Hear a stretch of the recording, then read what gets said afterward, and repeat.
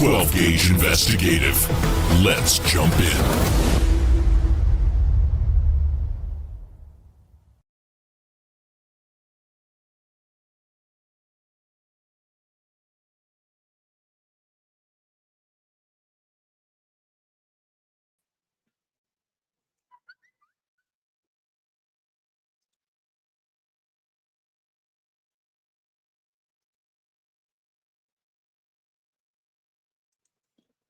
All right, all right, all right.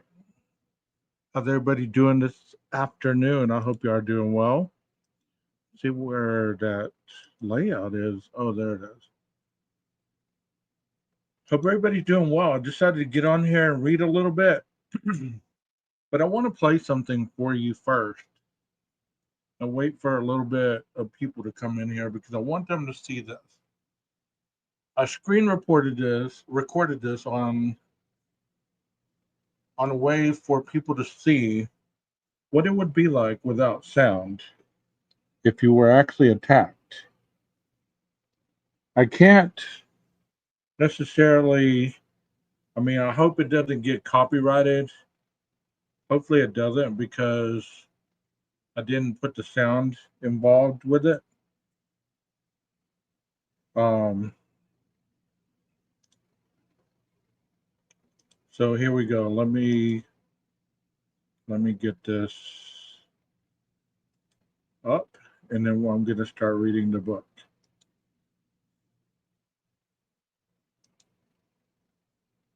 And here we go. I want you to watch her face, the fear, and I want you to gain a little understanding of how quickly it is for somebody to be attacked. I want you to watch this because this is quick. There's not going to be any blood and guts. I mean, there's going to be a little bit of blood, but not something that you can't get over. And here we go. Look how fast.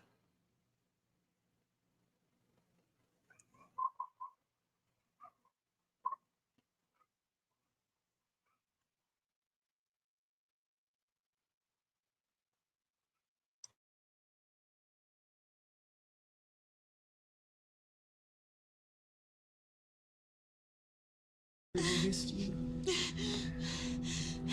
Did you miss me? There he's asking her, do you miss me? Like they're in a relationship or something. Do you miss me? He's been stalking her and leaving purple roses outside of her door.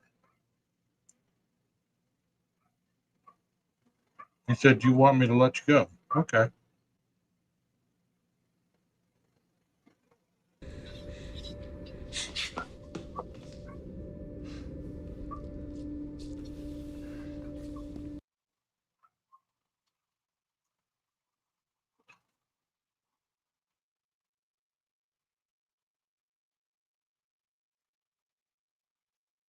I know this is a movie and it's for theatrical reasons, but this really does happen. Because you are the one.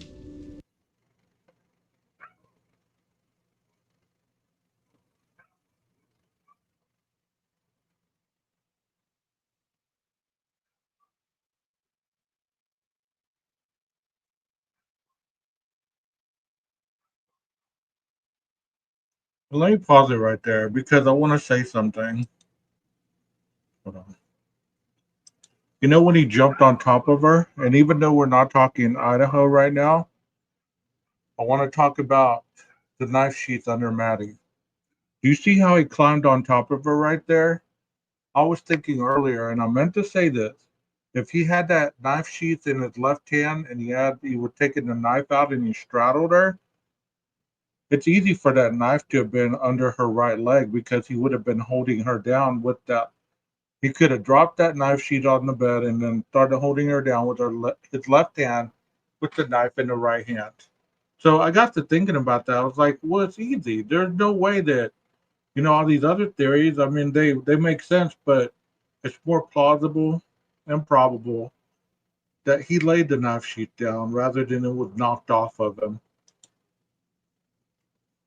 And he's already on top of her. And he had the knife out to her throat.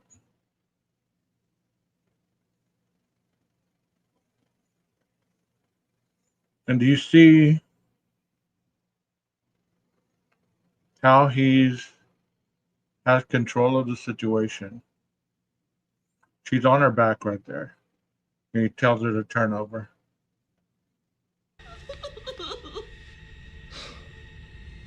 You are so beautiful.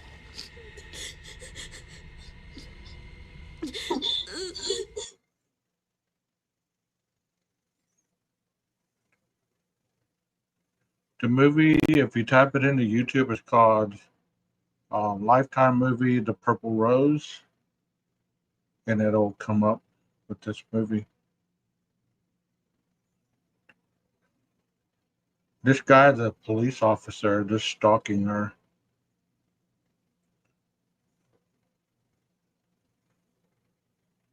Kate,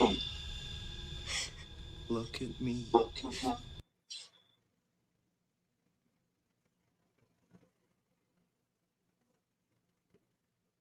Notice me.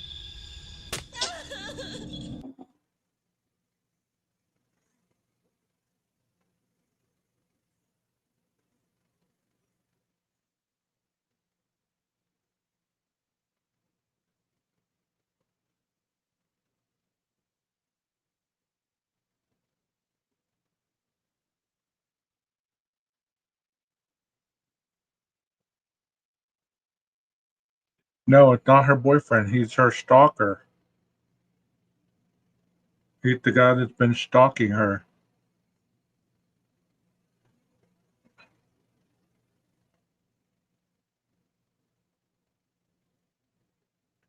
And he says something in this movie that's interesting.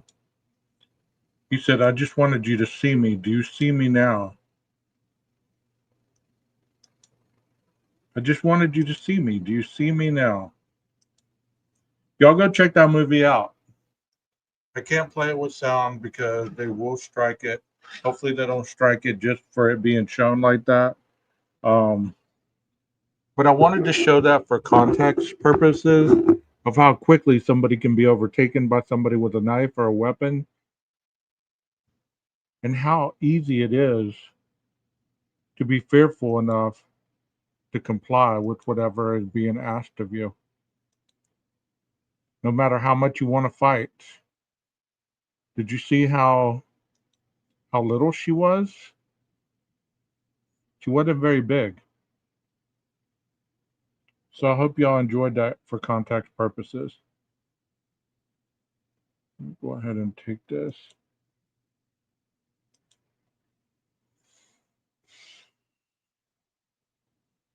How are y'all doing today? This is my second live. I thought I'd get on here and spend some time with you. I really enjoyed this book, so I thought I'd read some more of it. Southwest Firefly, how's it going? Texas, Rondi. I saw Aquarius there for a minute, I thought. There she is. Mountain Mama. How y'all doing? Thank you for being here. So let me continue on with the reading here.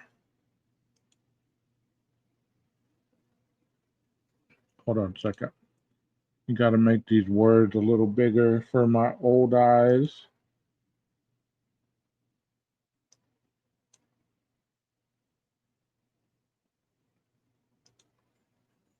Okay, the other day I read to this part.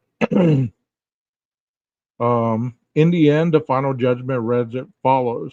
His crime are those of an antisocial, sadistic, bloodthirsty being who considers himself privileged to commit these atrocities because he was once upon a time treated in an asylum for insanity and thereby escaped well-merited punishment. He is a common criminal and there are no ameliorating circumstances to be found in his favor. Victim was sentenced to death. I don't know if that V is for victim, but Like many of the individuals I would prosecute in my years to come, there was not a single hint of childhood abuse. And I think that's interesting because we have focused on that in many lives. And I have said, abuse could be a factor. But in reality, this individual, Matt, who wrote this book, state that there's not one case that he tried, that he prosecuted, there was not a single hint of childhood abuse. It seems that Dr. von Kraftebing might have been onto something from the very beginning. He attempted to understand sadistic lust murders by placing them on a rational spectrum with other paraphilias and associated acts of sexual deviancy. In other words, he considered lust murders to be sex crimes, brutal, sadistic, and terrible, but motivated and intertwined with twisted sexual desire. Rape and rape murder are certainly crimes of power, but I think we are deluding ourselves if we ignore, as current definitions of serial killers seem to do, the sexual motivations of this type of murder. There's another definition you repeatedly encounter in this area of study that always struck me as a little odd: the psychopath. In virtually every academic definition, from the DSM 5 to the Harris Psychopathy Checklist to just about every article ever published on the topic, is characterized as having, amongst other traits, a lack of empathy. It seems strange that we would try to define something that almost all of these offenders actually have: a nameless, violent, perverted drive to prey upon others through the lack of something else, empathy. It seems that the lack of a thing would just take them to neutral. Some psychologists, especially when testifying as defense witnesses, even go so far to say the psychopath is incapable of perceiving the fears or feelings of others. In my humble opinion, based on an admittedly anecdotal sampling of a mere half dozen or so of these individuals, this truly misses the mark. In my experience, these guys are not only perfectly capable of perceiving the emotions of other people, they are highly attuned to them. They lustfully enjoy the imposition of fear, pain, and cruelty on innocent others. Not only do they perceive this suffering, they derive immense sexual gratification by inflicting it. This driving desire is not the absence of a thing, but a thing in itself. It is a burning, lustful, joyous desire to prey upon, dominate, and then inflict as much fear and pain as possible. We just don't seem to have a word for it. Cruelty partially fits. Sadism comes close. The German word Schadenfreude, taking delight in the suffering of others, is in the ballpark, but there isn't a term I'm aware of that accurately describes what compels these people to do what they do. I believe in science, but the further you go back in historical record, the more you encounter a simple word, religious in origin. They may most accurately summarize it, the mindset of true serial killers. It seems to fit better than anything else: evil. So, do y'all agree that the word evil fits into a lot of these individuals that commit these heinous acts? Do you want me to leave the book up here? Like, do y'all read along with the book, or do you want me to take the book off the screen and me just be up here reading it to you? Let me know what you care for, and I'll do it.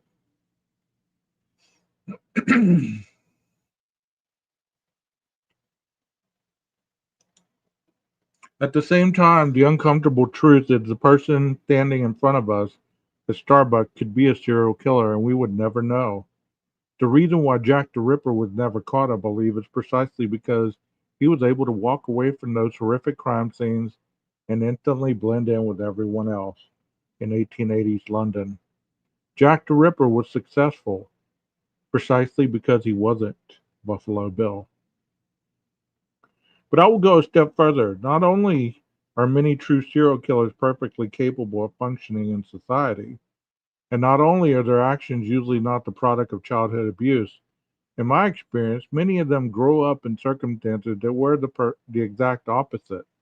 Many of them, to put it lightly, were spoiled rotten as kids. They had every advantage and opportunity in life and came from a psychological position far closer to extreme entitlement than victimhood. They kill because they want to. They kill because they sexually get off on it. They kill because to them, killing is fun. Let me see. Just me reading? Okay. Let me take that off there.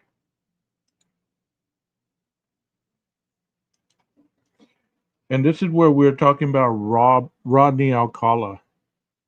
To the end, Rodney Alcala was afforded every opportunity to live a good life. Although his father passed away when he was young, Alcala grew up in a clean, stable, and loving home. He was raised by his mother as well as an affectionate aunt, who were both very present in his life. He had siblings who went on to become successful adults. His brother, like my friend Mike Murray, even graduated from West Point and distinguished himself during the Vietnam War. In addition, Alcala was born with exceptional intelligence and had a documented Mensa level IQ of 135. This placed him in the 99th percentile of measured human intelligence, and it showed. Alcala attended Cantwell High, a well regarded private college prep school in East Los Angeles, where he worked on the yearbook committee and earned a varsity letter on the cross country team. Interestingly, Rodney transferred to Montebello High School for the final semester of his senior year, declaring to his mother that he had had enough of religious education. At both schools, Alcala achieved what psychologists would call great social success. He had friends, he had girlfriends, and in decades of subsequent investigation, there was no record or reference to him ever being bullied or abused by anyone. One of the first things Detective Draws noticed watching on television was how much Bachelor Number One resembled the composite sketch developed from the memory of 12-year-old Bridget Wilbert. Alcala's hair was a little shorter and his chin perhaps a little squarer, but the similarity was striking. On July 3rd, 1979, as detectives continued to compile background information about Alcala, they received word that the scavenged remains of a young girl had been found in the foothills above Altadena, California. Scavenged is a common term you hear working homicide cases in Southern California, which essentially sits on the edge of the Mojave Desert. Commonly, when a body had been dumped into the chaparral near some hiking trail or unpaved fire road, the animals will get to it long before the police do, and they will often eat, scavenge, much of what remains of forensic value. In this case, a fire abatement crew stumbled across a few bones near the skull of a young female. The front teeth, noticeably missing, had almost certainly been knocked out before her death. Not far away in the scrub was a shock of blonde hair and a single personalized Vans skateboarding shoe, which was immediately recognizable as belonging to Robin Sanso. Dental records would soon confirm the worst. She had also been wearing a small pair of gold ball earrings, but they were nowhere to be found. Perhaps they were eaten or scattered somewhere on the vast hillside. Robin's mother was positively devastated by the confirmation her daughter had died. On July 14th, detectives served a warrant at Rodney Alcala's residence, his mother's house. The first thing they encountered was Rodney Datsun B210 station wagon parked in the driveway. Detectives impounded the car and later searched it. While they did not find the smoking gun evidence they were hoping for at the time, the search did reveal several important clues, one of which would only become apparent decades later. So you can search a vehicle and not come upon anything. That's not like information that is extremely unheard of. You know what I mean? Yes, you're right, Southwest Firefly. He does look like Ramirez. He does. The car by itself told quite a story. First, the windows were heavily tinted long before it became fashionable to do so. Whatever Alcala had going on in there, he clearly did not want people to be able to see inside. There were binoculars and there were street maps meticulously organized inside the car. The carpentry had recently been replaced in the cargo area in the back. The car appeared to have been modified to aid in kidnapping most efficiently. It had almost certainly been recently cleaned. The inside of the house was also meticulous. 3 weeks had gone by since the media began airing stories about the missing girl from Huntington Beach, and there was little found of dramatic evidentiary value, at least at first. The search warrant was limited to weapons, Robin's belongings, and the instrumentality of the crime, none of which were found. Police weren't allowed to seize anything else or look beyond what was in plain sight. But as they searched the home, effectively finding nothing, there was one moment of truly brilliant police work. One of the officers assigned to the search happened to notice a printed receipt for a rented storage locker in Seattle. Thinking quickly and knowing they couldn't physically take the document, he simply wrote down the details. Not only would they one direct decision turned out to be hugely impactful in their investigation, it certainly saved many lives. Alcala was arrested and taken to the police department for questioning. He denied all wrongdoing, of course, and seemed to have an answer for everything. After the interview, but while he was still in custody in Huntington Beach, Alcala received a visit from his sister. Police provided a room where the two of them proceeded to have a conversation in Spanish. Unbeknownst to Rodney, the phone sitting on the desk between them was wired for sound, and when officers reviewed the tape, they heard him asking his sister to clear out a storage locker.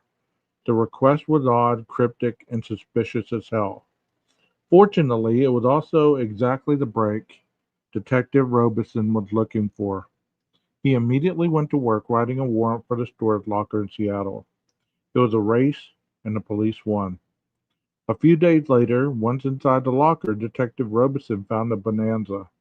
There was hundreds of photographs of young women, girls, and boys in various stages of undress and vulnerability. Each person in these images had been persuaded by Rodney Alcala to pose for them, demonstrating just how convincing he was. It is difficult to imagine that the still unidentified subjects were simply released by the predatory monster Alcala had become.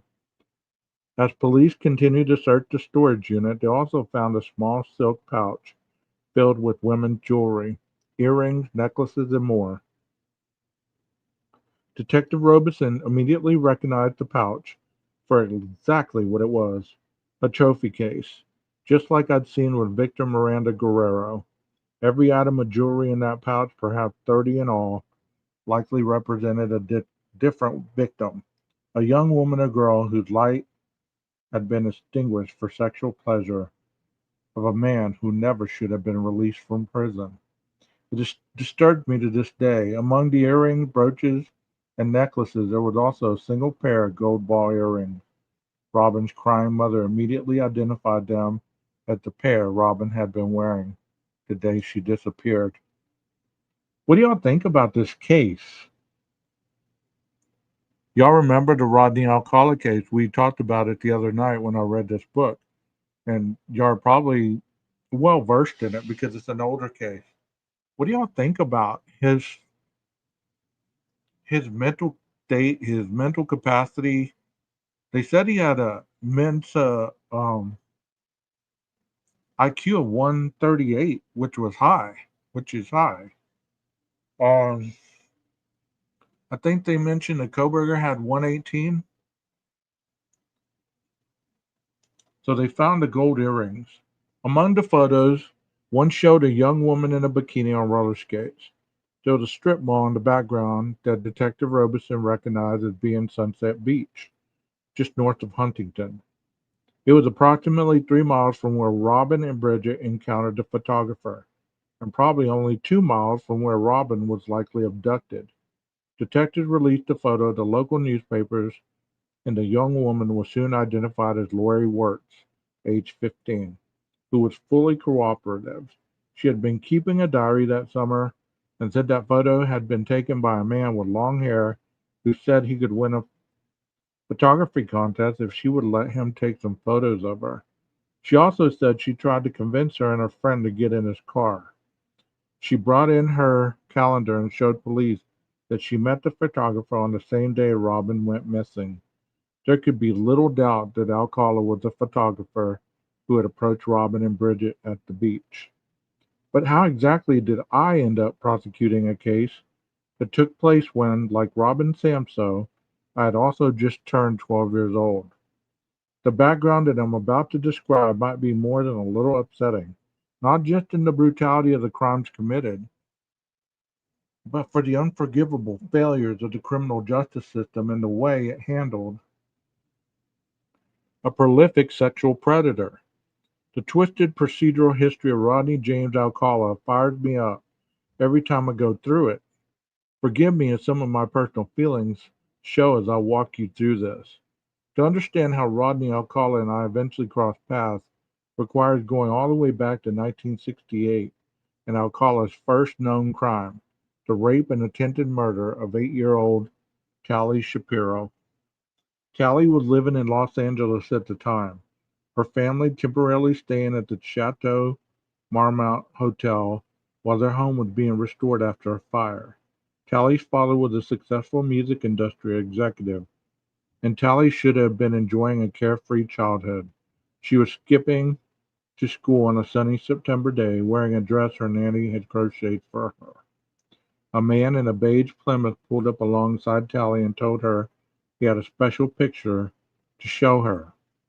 Callie told him she didn't talk to strangers, but then the man told her he was a friend of her parents. And so, against her better judgment, but having been taught to respect her elders, she got in the car.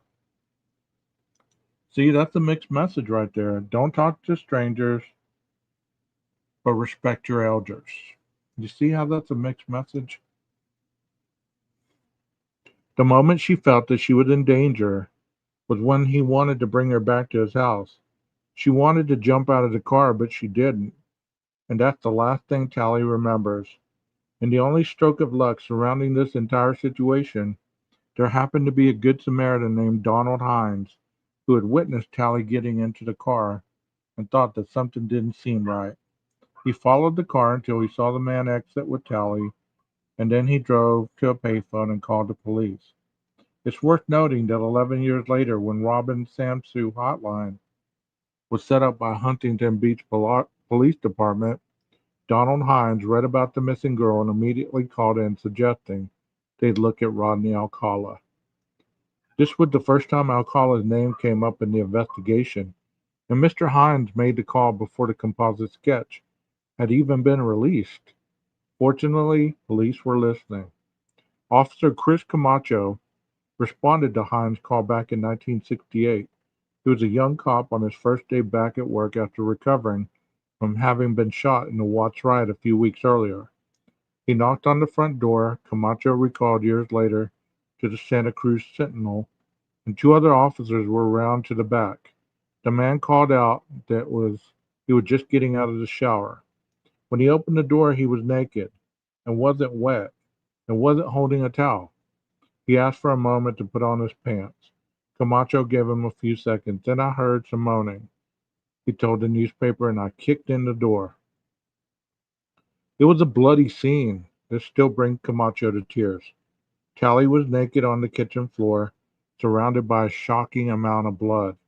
There was a metal bar atop her neck. Camacho assumed she was dead, but then he heard her gagging. The other officers had come around front to help when they heard Camacho kick in the door, and therefore no one was guarding the back exit. Camacho had a choice to make. Does he pursue the man who was already heading for an escape, or stay behind to try to save the girl? He decided to save her, and Shapiro was rushed to the hospital.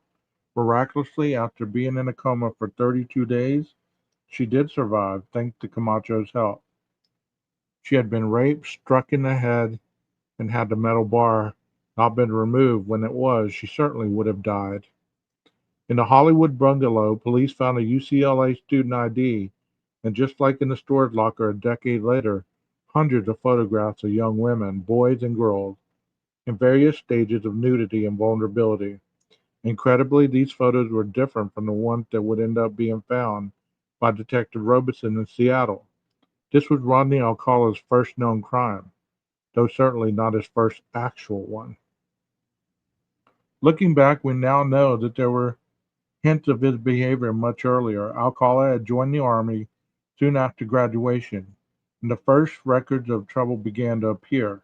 His commanding officer prophetically observed that in addition to being insubordinate, Alcala was often highly manipulative of other soldiers. There were references in his military records to both his high intelligence and an event that took place in New York City, where Alcala was accused of hitting a woman over the head with a bottle. It doesn't appear there was a follow-up investigation, and he was eventually granted a medical discharge after going AWOL in 1964. This is a bad dude. This is a bad dude.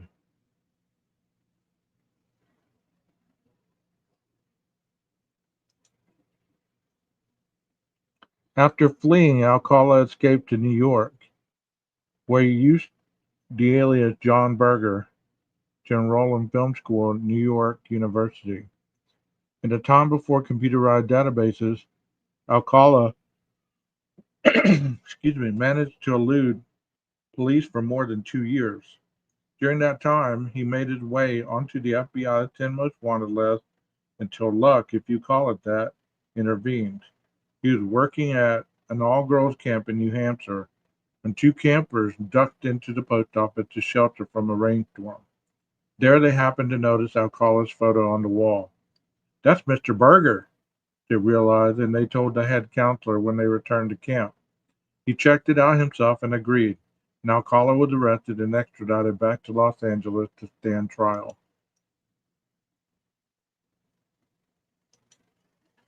Here we find another lesson in the ramifications of prosecutorial weakness when it comes to predatory defendants. Tally Shapiro's parents had moved the family to Mexico after Tally recovered. California was too difficult for them, given the trauma of what had happened. They did not want Tally to testify and relive the events of that day, but without her testimony, the squeamish prosecutor felt less confident that he could achieve a guilty verdict. I hate to be too hard on anyone, but frankly, this was shameful and profoundly incorrect from the evidentiary standpoint. The prosecutor abandoned other obvious legal pathways and permitted Alcala to plead guilty to simple child molestation.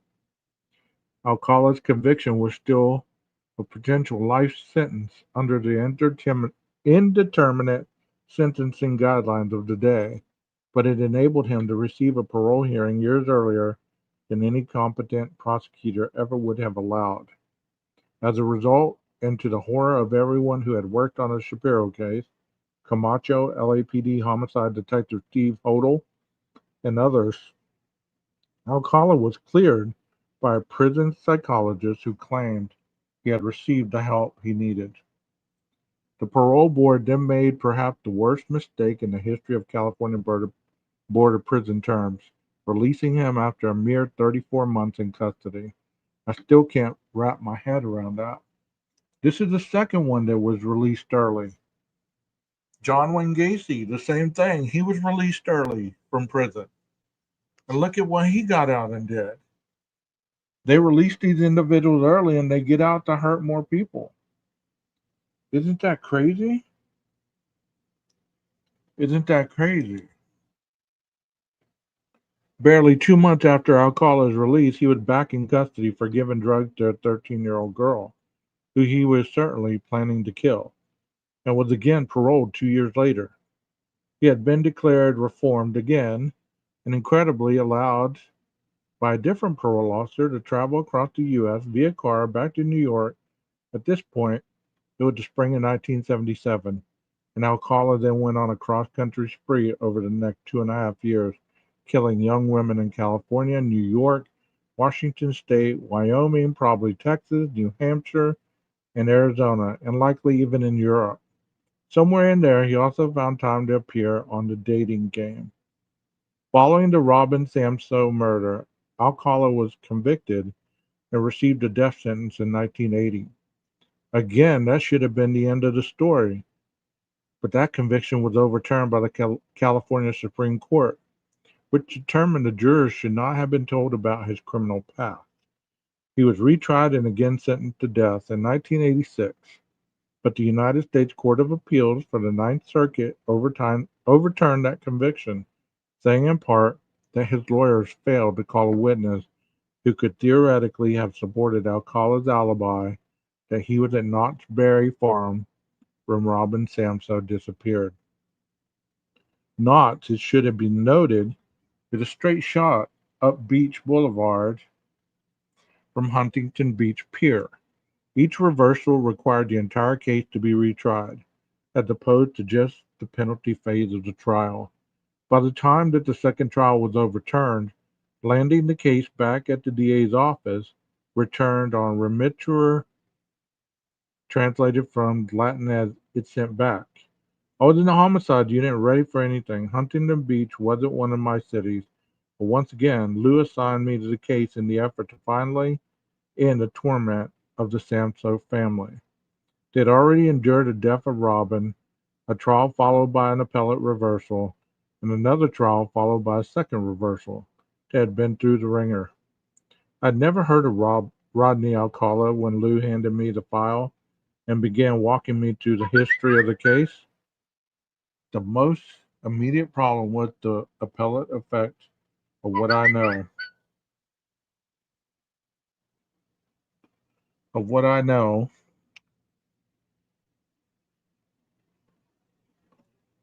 What is known as the law of the case. This means that regardless of the current state of the law, once an appellate court finds certain evidence to have been improperly admitted, it remains inadmissible.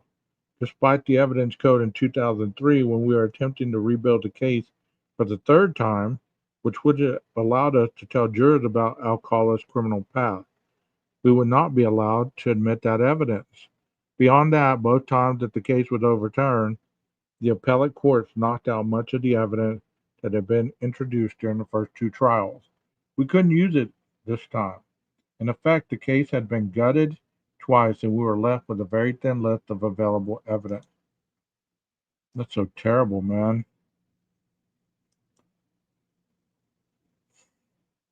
Lou knew it. What do we typically do with these? I asked. Lou's answer was another moment I will never forget. First, waste no energy laminating the reasoning of the court. You can't do anything about it, so forget about that evidence. In fact, treat it like it never existed.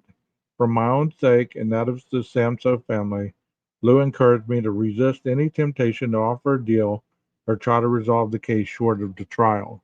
I would make them try the case, and I would make them beat me before this guy goes free. Like watching the great baseball manager Tommy Lasorda lead the Dodgers in the 1980s, Lou took the pressure off. All I could do was win. The language and the opinion of the second reversal did seem a little disturbing, though. The tone felt a lot like the author had bought into the defense argument that Rodney Alcala had been horribly wronged by the previous prosecutor, Tom Goethals. I knew Goethals personally well and always liked him.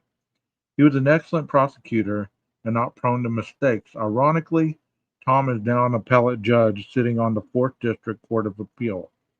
I took Lou's advice, but part of me really wanted to re-argue the reasoning of the decision and defend what Goethals had done in the second trial. Besides, when I looked at the photo of 15-year-old Lori Wertz on her roller skates, the one found in Alcala's locker, I noticed Lori, as well as many of the street signs in the background, cast shadows. A thought occurred to me. Since we knew the date, if we could determine the height of some of those signs, couldn't we figure out exactly what time he took these photos? Based on the shadows, If I could put him in Sunset Beach at a precise time, and it was consistent with Robin's encounter on the beach, I could destroy the alibi, believed to be so important by the author of the previous reversal. Sure enough, when my investigators put the pieces together, we had an expert from the United States Navy, of all places, review the photo. The timing fit like a glove. With the composite sketch in the photo, I suddenly liked my chances at trial. Lean, mean, and clean, as Lou liked to instruct us.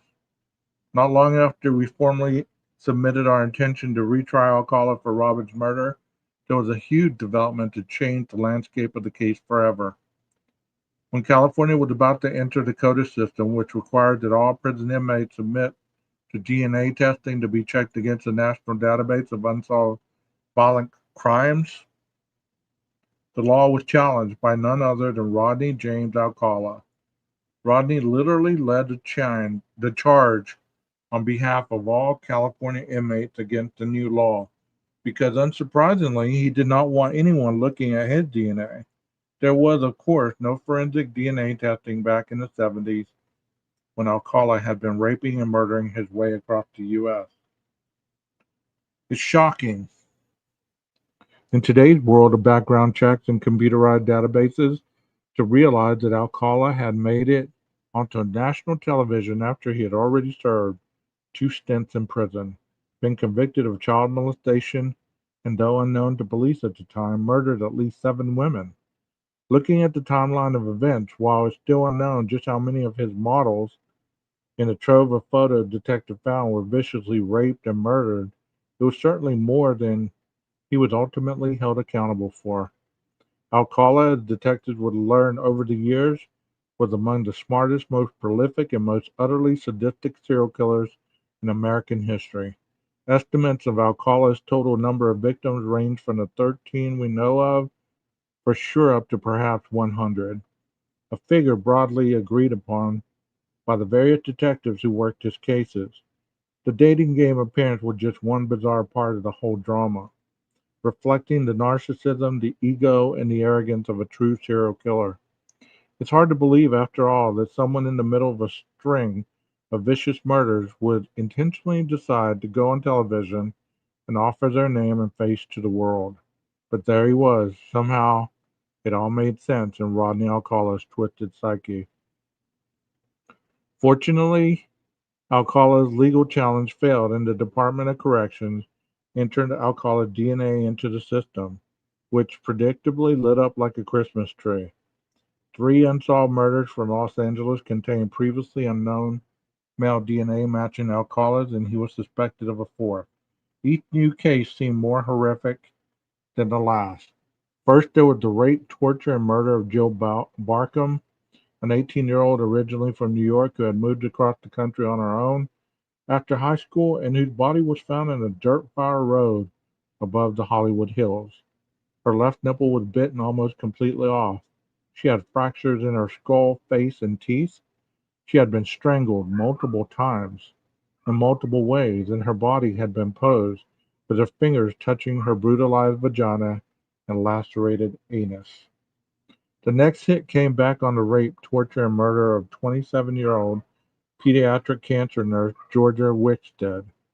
Georgia had been found on the floor of her studio apartment in Malibu with brutal skull fractures, a broken elbow, and severe genital lacerations. It appeared she had been raped with the claw end of a blue wooden hammer that had been found next to her body. There was semen inside her mouth, vagina, and anus, and her bottom lip had almost been torn off her face, a common injury in the cases of forced oral copulation, but I had never seen anything that extreme. There was also the torture and murder of Charlotte Lamb, a kind 32-year-old legal secretary and aspiring actress from Santa Monica. She had been found laying face up in the laundry room at El Segundo apartment complex, her body also posed, angled to be seen from the doorway, strangled multiple times with the strap from her sandal. There was a 4th Los Angeles victim, Jill Purinthal, a 21-year-old computer operator discovered in her Burbank apartment with large hemorrhages inside of her head, bleeding in her nose, a bite mark to her breast, and bruising and injury inside and around her mouth. Her open jewelry box was on a dresser a few feet away. Jill's case would be the hardest. The investigation had been revived with the DNA hits on the other Los Angeles victims, and investigators were convinced Alcala was responsible for Parenteau as well. After the first trial on Robin Sanso, once Alcala was convicted and sentenced to death in 1980, somehow the Burbank Police Department managed to lose or throw away most of the evidence from the Parenteau scene. The nylon stocking found around her neck, the sheets on the bed, the swab taken from her rape kit were all missing. We had one remaining slide that had been prepared for serology, a precursor to DNA, a few photos of the crime scene, and her friends and family available as witnesses. With a lack of physical evidence, the Major Crimes Unit of Los Angeles DA's office had already recommended to the Los Angeles District Attorney Steve Cooley that the Parenteau case not be filed. The discovery of the three murders, and possibly a fourth, was obviously a huge development. We had already made the decision to retry the twice gutted Robin Sanso case, but the new murders certainly offered a potential wealth of corroborating new evidence. However, this potential new windfall immediately presented two brand new problems. The first was that Alcala committed those murders in Los Angeles County, and there would be a huge legal challenges involved in Orange County asserting jurisdiction. Whoa. Not unlike in those old movies in which the bootleggers transporting moonshine just have to make it to the county line, there had been a jurisdictional defense for murders committed in different counties for decades. Essentially, a criminal defendant would be entitled to a separate jury trial in each county in which a separate offense was committed. Fortunately, the California state legislature had recently passed a law that permitted multiple counties to combine their cases into one jurisdiction. Unfortunately, nobody had ever used it before, and the law had never been judicially reviewed. We would have to convince the California Supreme Court that Penal Code Section 790 passed constitutional muster. That was, believe it or not, the easy part. The second problem, and really the most daunting, was that I needed to convince the Los Angeles District Attorney's Office to let me try their murders. In post-OJ world of Los Angeles County politics, the conviction of a vicious serial killer with national media attention would be a big political win for the elected district attorney. The smart political move, arguably, would be to tell me to pound sand and proceed on with the three solid DNA cases. I had never met LADA Steve Cooley before, and he didn't know me from Adam. The right thing, in my view, would be to combine the cases, let me try them in Orange County, and join ranks before the California Supreme Court on the multi-jurisdictional prosecution issue. And I think that's where I'm going to stop for today. Wow. What do y'all think about this book? It's amazing, isn't it? Wow. She was only 12. She was only 12 years old.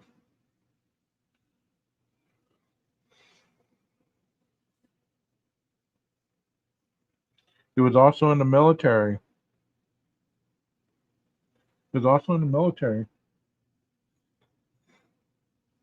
I will continue to read this book periodically, because it's such a great read. And I'm hoping to get Matt on the platform because, yeah, I have to stop. I need a break.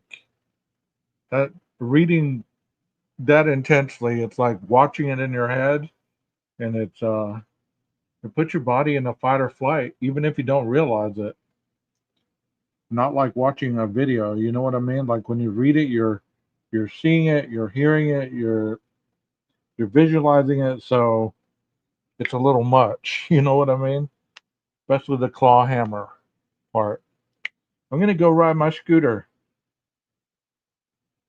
I hope y'all have a wonderful evening. And who knows, I might be back later. You just never know. Make sure you hit your notifications so you never miss any live streams from 12 Gauge or from 12 Gauge Investigative channel that aims to be the best. And don't forget, I'll see you soon. Maestro, cue that music.